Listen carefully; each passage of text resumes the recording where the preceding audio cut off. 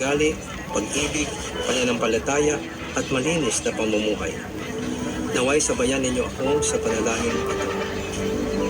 Aming inilalapit sa iyo, Panginoon, ang aming mga kapatid na nasa larangan ng media, ang mga mamamahayag, mga manunulat at ang lahat ng bumubuo ng mga kawani ng aming mga pahayagan, radyo, telebisyon, mga pelikula, social media, advertismo, at iba pang mga uri ng kapahayagan. Ang kanilang loob ay iyong palakasin at patatagin sa pagpapahayag na ito ay gawin nila na may buong integridad at katapatan.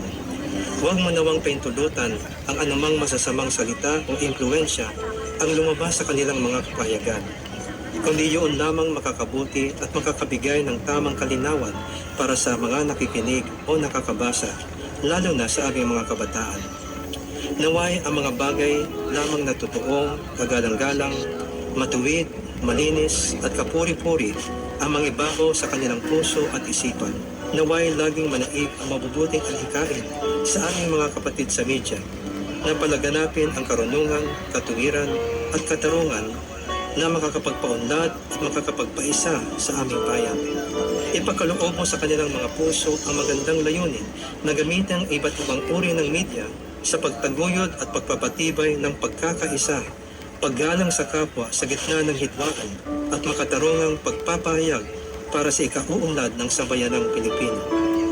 Sa aming mga kapatid sa iba't ibang sining, iyong silang bigyan ng katalinuhan at ng bagong mga malikhaing ideya sa kanilang paggawa ng kanilang mga likha.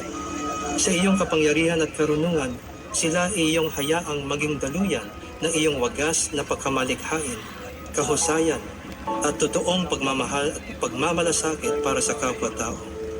Sa aming mga artista sa pinilakang tabing, sa aming mga mang-aawit at musikero, at mga mang-aaliw sa media, hinihiling namin na bigyan mo sila ng pangitain at pagsisikap na sila ay makapagbigay ng mabuting halimbawa para sa aming kabataan na napapailalim sa kanilang malakas na impluensya.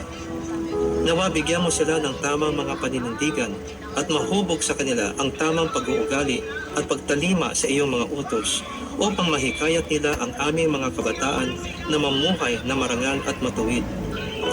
Salamat, Panginoon, sa biyaya ng natatanging mga talento, abilidad at kultura na iyong ibinigay sa amin.